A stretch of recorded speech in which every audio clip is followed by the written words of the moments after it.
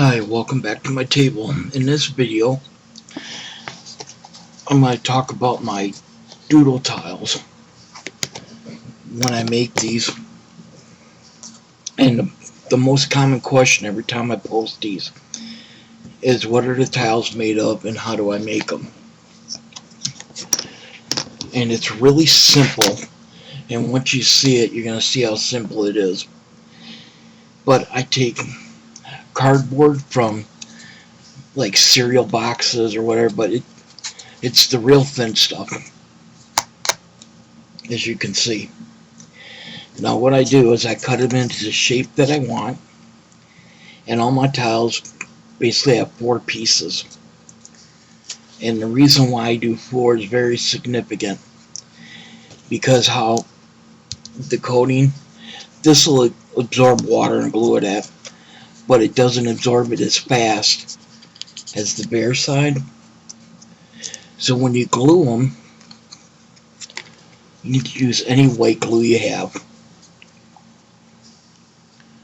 You just put a, come on now, don't do this to me.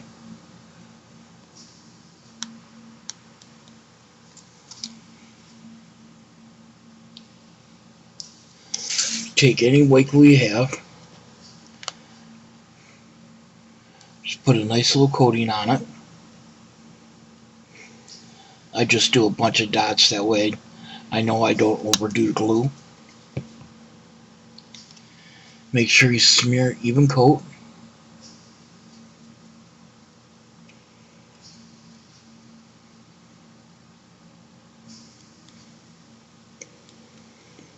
And now, when you glue the first 2 together, I always put this shiny part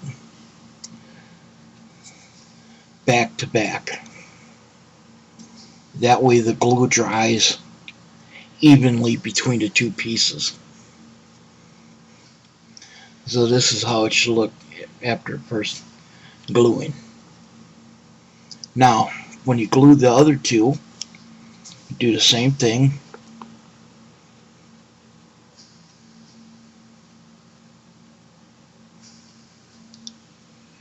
Like so. Spread it around.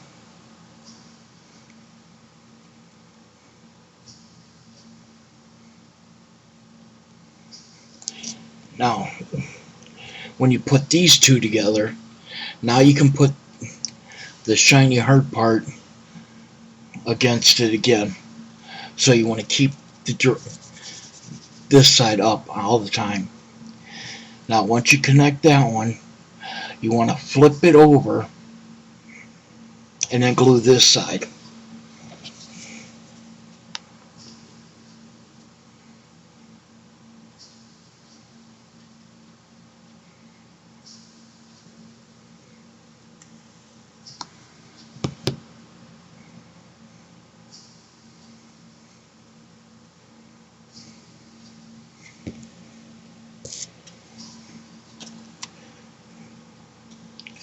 And now the reason why I do them in that order is because it cuts way down on the warping.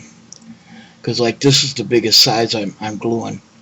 Normally, I like to keep them, when I make my rings, 1 inch. This is 1 3/4 inches. But I want them that big because of the stands that I'm making currently. And it allows for a little bit bigger picture, but still be a small. I like making tiny art. So what you do is, once you get the 4 layers together, you just keep squeezing around the corners until it stays without separating.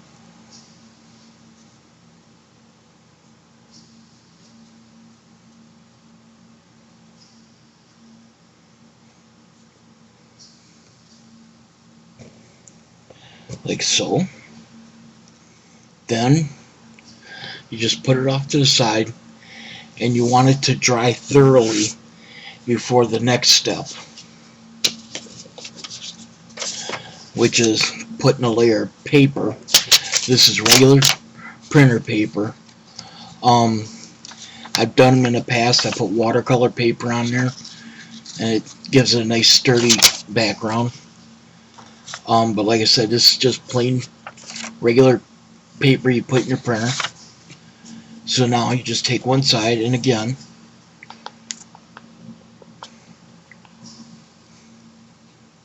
nice layer of glue.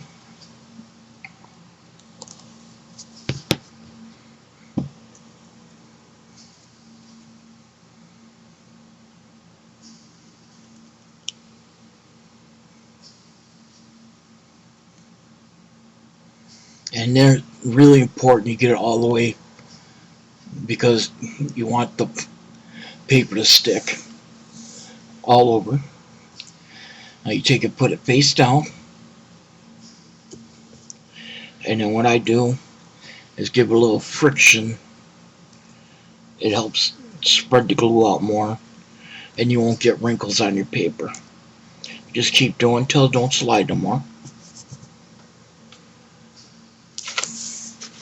And again, you want to let it set until it's completely dry.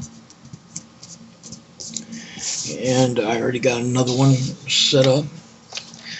So this is what you got. And then all you do is cut it out.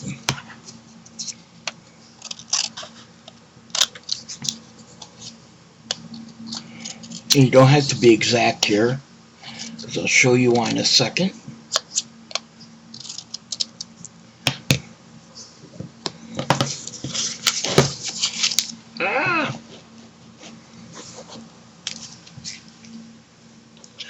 Okay, now when you cut it out, you notice how you got uneven cuts here.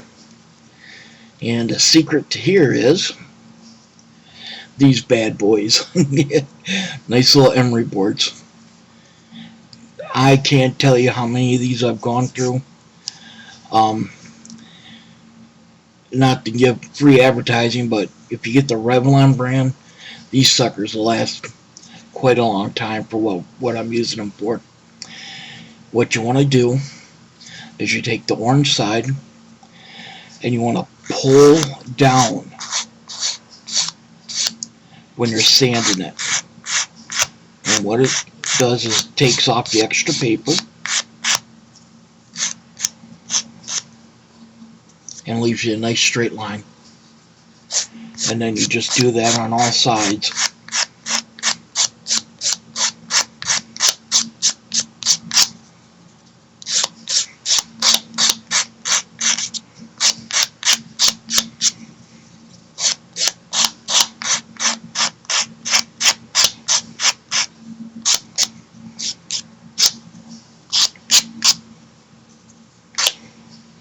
And then once you get the paper even, then I just go around the side, make sure they're all nice and smooth.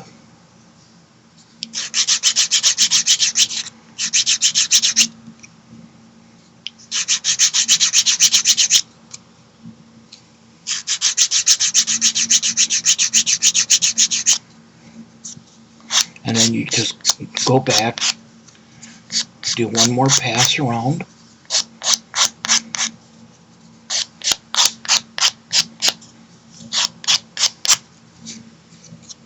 And you want to do the same thing on the back. Just give it a quick pass around.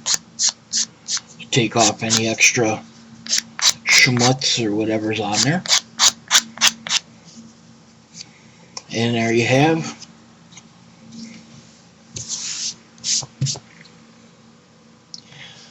a completed tile. And that's all there is to it. And like I said, from here, you doodle on them whatever you want. Pencil, pen, markers, crayons, watercolors, whatever you want to use. And make up a picture. I hope this was helpful. And until the next video, remember, be good to one another. Later.